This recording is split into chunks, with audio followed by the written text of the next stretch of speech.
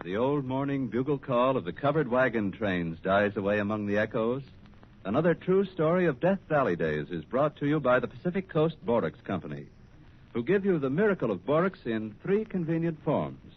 20 Mule Team Borax for household use, 20 Mule Team Borax soap chips for washing clothes and dishes, and the new Boraxo for toilet use. Before you become absorbed in the Old Ranger's story for tonight, we would like to take just a moment of your time to tell you something about Boraxo. Boraxo was created in response to the insistent demands from women for a product that would cleanse the skin as safely as 20 Mule Team Borax cleanses painted woodwork or bathroom porcelain or your fine china and glassware. Well, the letters we receive every day praising Boraxo tell us that we have succeeded in meeting this demand. For, say our new customers who have discovered Boraxo, your Boraxo does just what we wanted. It cleanses dirty hands and the children's knees and elbows like magic. It works so fast that the children no longer have any excuse to be late for meals. They can wash up in a jiffy with Boraxo. And best of all, I know that they will come to the table not only really clean, but with smooth, soft skin. Your Boraxo cleanses the skin as quickly as your 20 Mule Team Borax cleans our houses. And that is saying something. And like 20 Mule Team Borax, it cleanses without doing any damage. Thank you for your wonderful new product, Boraxo. And thank you, too, for Death Valley days, which all of us love. And now, here's the Old Ranger. Good evening, folks. Good evening, and a hearty welcome to you all. And now, Old Ranger, what's the story for tonight? Well, it's a story I hardly expect you to believe, but it's the absolute truth just the same. Why, Old Ranger, you know I believe every word you utter on the air. Say, George, you don't like the way you say on the air. However, I'll let it pass this time, and now you just pin back your ears and hark to the story of the burro that had no name. Well, wouldn't it be a good idea before you start, Old Ranger, to explain exactly what a burro is? There may be some of our listeners who don't know. Well, don't know what a burro is? Well, not by that name, anyway. Sure they do. Why, the word burro is as common as horse. Well, out where you come from, maybe. Everywhere. It's not in the encyclopedia. How do you know? Because I looked. When you told us last week about this burro story, I thought I'd, study up a bit on burros. Oh, steal a march on the audience, eh? So you went to the encyclopedia? Yes, and I took down the volume labeled Bray, B-R-A-I, to cast. Bray. Well, that was a good thing to look under. Just the same, the word burro was nowhere to be found. Maybe you don't know how to spell it. B-U-R-R-O. That's right. And you're sure it wasn't there? Absolutely. From Elihu Burritt, they jumped right to John Burroughs. Well. So then I turned to donkey, and all it said there was see ass. And all it said there, I suppose, was see Balaam. Well, since you couldn't find the word burro in your dictionary, George, I'll enlighten you. A burro is the same as a donkey, or a jackass. In the desert, we generally call them jacks for short. They stand about 4 foot high.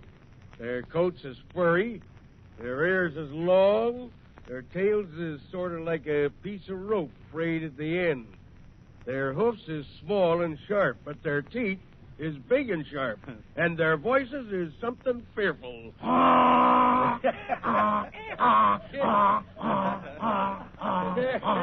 There you are. And now, since you got a mental picture of the animal, well, let's get going on the yarn. The scene opens in the mining camp of Rhyolite. It's the year 1905. Walter Scott Smith, known as Smitty, and his partner, Ole Martin, are negotiating with a feller in Rhyolite for a string of burros with which to start out into the hills. 2 for packs and 1 for water. Yeah. Now, if you can just fix us up with a couple of good riding burros. I can give you 2 of the finest riding burros in Nevada. Blackjack here and Samson. How much? 50 apiece. 50? We'll give you 30. You go to blazes. Why, them pack animals bring 35. Holy smoke. Well, that's highway robbery. Try and buy 'em somewhere else, then. $35 for a pack burro? And 50 for a saddle burro. These two critters is worth it, too.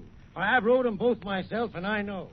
Why, Blackjack brung me once all the way from Gold Circle to Battle Mountain. A 60-mile trip in 10 hours. And Samson... We'll give you 40 apiece for 'em. 50 or nothing. I never paid as much as $50 for a burro in my life. Well, I'll tell you what I can do. I can give you a cheaper pack burro in place of one of them you picked out. Yeah? Which one? That one over yonder, sniffing at the pile of tin cans. Now, I could The give you him... white burro? Yeah. I'll let you have him for $20. I wouldn't take him as a gift. 15. You think I'd be fool enough to go prospecting with a white burro? Hey, what's the matter with a white burro? Well, they're unlucky, that's what. Unluckiest thing there is. So you don't really believe that, do you? We could swing $15. You ain't suggesting that we buy that white Jack. Well... Pay $15 for a Jonah, a Jinx, a Hoodoo? Only you're crazy. You must have been out walking in the sun without your hat on. He ain't really white, Smitty. He's kind of grayish. He's as white as you or me. Well, we ain't exactly lilies. I'll make you a price of $12 for him. How's that? You shut up. I'm talking to your partner. If he buys that white burro off from you, he's no longer my partner. Oh, Smitty. I mean it, Ole. You and me's been prospecting together since Panamint days. We've slept under the same blanket, drunk out of the same canteen, gone 50-50 on every strike we've made.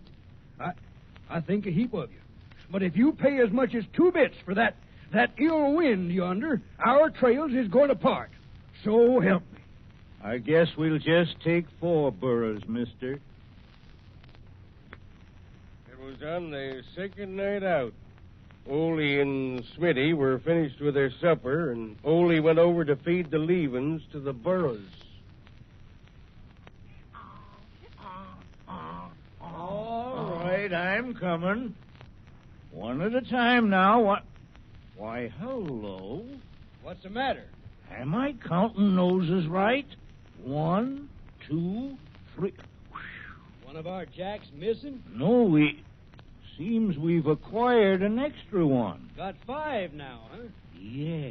Well, if those fool greenhorns don't know enough to tie their critters up, they deserve to lose them. Let me have a look.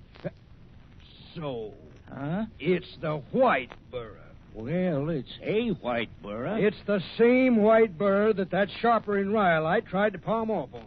Oh, now, that ain't likely, Smitty. I recognize him. In the dark like What's this? more, he recognizes us. Look at that glint in his eye. Oh, I don't see no glint. He's a grinning at us, gloating over us. The blasted little devil. You're to blame for this, Ole. It's all your fault. My fault? It's on account of you he's followed us here, and it's up to you now to get rid of him. Well, how? How? You ask me how? Well, We'll fire rocks at him, cuss him, kick him. I wouldn't want to do that. All right, then, I will. No, you leave him to me. I'll make it plain to him that he ain't welcome around here. Well, see that you do. Pronto. I'll be washing up the supper thing. All right. Now, here, you critters. Here's your grub. Now, don't you be so greedy, Samson. Don't you know there's others to share with? You through with that tail yet, Ole? Yep. Then I'll take it and wash it along with the frying pan and... Ole Martin, What's the matter? you fed that burro. Which burro? The white burro. Ah, now, Smitty. You needn't deny it. Look at him licking his lips. Well, that's just... Just some bacon grease he's trying to get off his whiskers. You're imagining things, Smitty. Is that piece of flapjack sticking to his nose my imagination? Oh, well... You fed that burro, and you just promised me you'd get rid of him. I will, Smitty, honest. Honest. Right away. It's too late. We'll never be rid of him now. Well, that evil little blighter will trail us wherever we go, bringing us nothing but bad luck. Look, he's leaving now. What did I tell you? Yeah. He's walking right off into the desert. You see, he's savvy. He's savvy that supper is over, but he'll be back. You just wait and see. The next morning, when Ole opened his eyes, he looked around fearfully. Then he breathed a sigh of relief. The white burro was nowheres in sight. Well, breakfast over, the partners packed up their outfit and moved on farther into the hills. That evening, they made a dry camp, and while Smitty unpacked and prepared supper, Ole went off with one of the pack burros to rustle a supply of firewood. It was almost dark when he returned.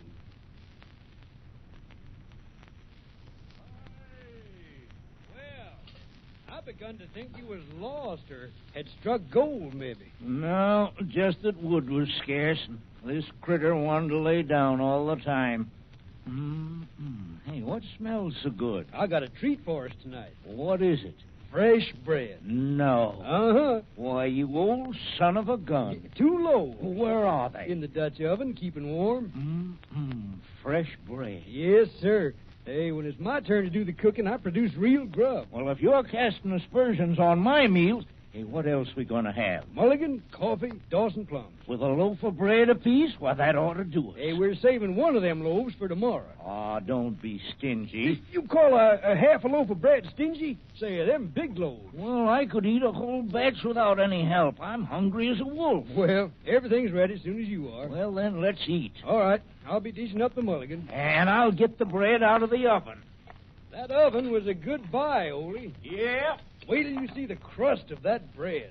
A nice, even, golden brown. Where'd you say it was, Smitty? What? The bread. Why, right where you're looking, in the oven. No, it ain't. Oh, sure it is. I tell you it ain't. The oven's empty. Say, what have you been drinking? Well, if you don't believe me, come on and look for yourself. Oh, you never could find nothing, no way. What? See? Well, I'll be darned. Where'd you put 'em? Me? You sneaked 'em out and hid 'em. I know.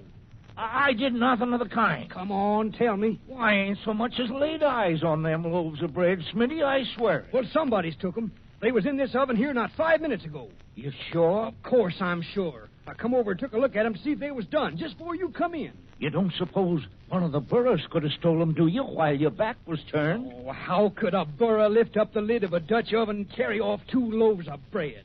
We'd have to be educated. Blamedest thing I ever knowed. 2 loaves of bread disappearing into thin air. Maybe you didn't bake 'em at all. Maybe you just dreamed it. You smelled 'em, didn't you? Well, that's right, I did. Ole, Yeah? Ole, look. Over yonder, where I'm pointing. What's that sticking out from behind that big boulder? Why, it looks like a couple of long cactus leaves. It's a pair of ears. Maybe. White ears. Ole, it's... Now, don't jump at conclusions, Smitty. Let's go see. I told you this would happen. I knowed he'd turn up again.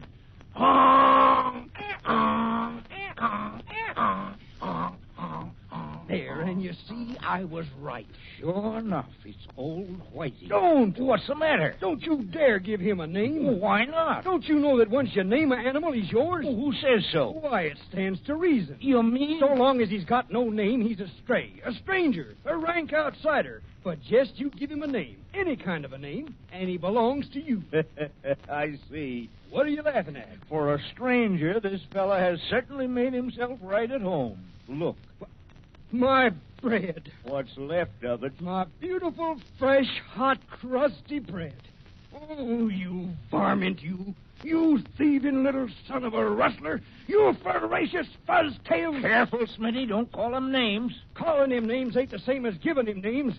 I can call him all the names in the dictionary if I feel like it. Yes, and I do. Yeah. Grin. Grin, you lop-eared, sawed-off limb of Satan. You white curse. You evil-eyed, aspinurious imp of darkness. You... Well, I reckon I'll hit the hay. Well, you can turn in if you want to. I'm going to set up a while longer. What for? Oh, I just ain't sleepy, that's all. I'll smoke another pipeful and... And wait up for him, huh? Wait for who? You can't fool me, Ole. You're worrying about that burro. Do you suppose something has happened to him, Smitty? Well, let's hope so. Then maybe our luck will change. Oh, I can't see as we've had any bad luck on this trip. No, nor any good luck, neither. We ain't smelled a smell of ore. Ole, look. Where? Coming toward us.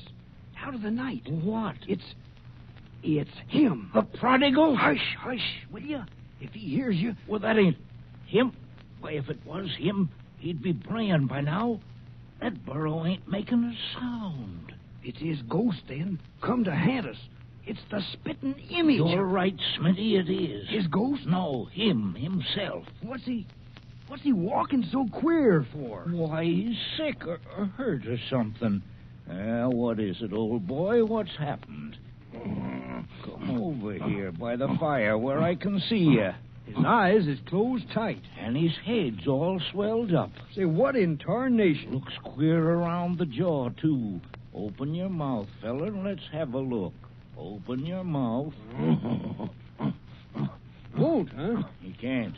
His teeth is clenched. What is it, lockjaw? Rattlesnake bite. Huh? Look, here on the nose. You can see where the fangs went in. Yes, sir. He's done for, then. We may be able to save him. Save him? We'll do our best anyhow. Say, are you crazy? Where's that permanganate of potassium? Ole! Oh, here it is. What are you going to do? Rub it in the wound, of course. Ole, you... Stand still, old fella. I won't hurt you. Now, this is going to do you good. Ole, have you went clean out of your senses? This critter's a jinx. A hoodoo. We can't just stand by and watch him die. Well, why not? We don't want him. Nobody wants him. That makes no difference. He's a poor, dumb animal, and he's in misery. Then put him out of it. Well, just what I'm trying to do. I mean, shoot him, you fool. No. All You right. put that gun down. You quit working on him then. I can't, Smitty. Don't you see I can't? Why can't you? He come to us for help. He trusts us. Trust us. A white burra. Well, 'tain't his fault he was born white. Only you... Look, his eyes is opening. The potassium permanganate is beginning to work. Oh. His jaw is loosening. Now, if I can just get some whiskey down him. Hey, that's my whiskey. It's our whiskey. Here, boy. Ole, I've stood for a lot. But if you pour so much as one drop of that liquor down that white varmint's throat, we bust up, you and me. Tip your head back. That's it. Now let me stick the bottle in between your teeth. So. Ole, I'm warning you. A little more. There. Now we're through. Yeah, we're through. Smitty, You can take your pick of the burros, Ole, and your share of the grub and things. you're not going on? No, I'm going back to Rhyolite. And now, 10 days later, in a brilliantly lighted saloon in Rhyolite, we find Smitty doing his best to forget about Ole and the White Burra.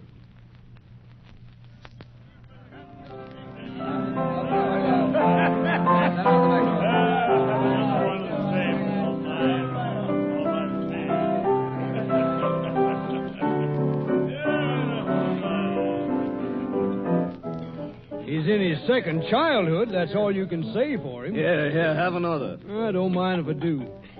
Yes, sir. Ole needs a nurse or a keeper or something. What's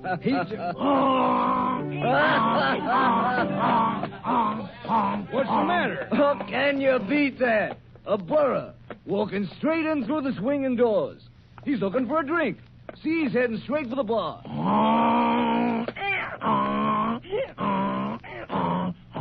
Jumping Jehoshaphat. It's the White Burra. What? Your burra I was just telling you about. He's come back to hoodoo me again. You're just saying things. Here, have another drink. It's him, I tell you. Look at that scar on his nose. That's where the rattlesnake bit him.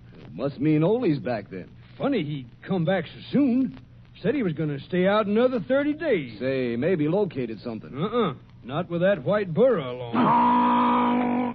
Look out, he's going to bite you. Hey, get away from me, you unlucky varmint. What do you mean, grabbing hold of my coat? Let go of me, you hear me? Get away from me. Get out of here. Go on back to that old fool, Ole. Yeah, that done it. He knows Ole's name, all right, don't he? Why wouldn't he? Well, why don't you go? What are you standing there for? What are you looking at me like that for? Take them eyes off of me, you hear me? Say, he's trying to tell you something, Smitty. Oh, I ain't interested. Yeah, something's troubling him. Yeah, his conscience, maybe. You don't suppose something could have went wrong, do you, with Ole? Be his own fault if it did.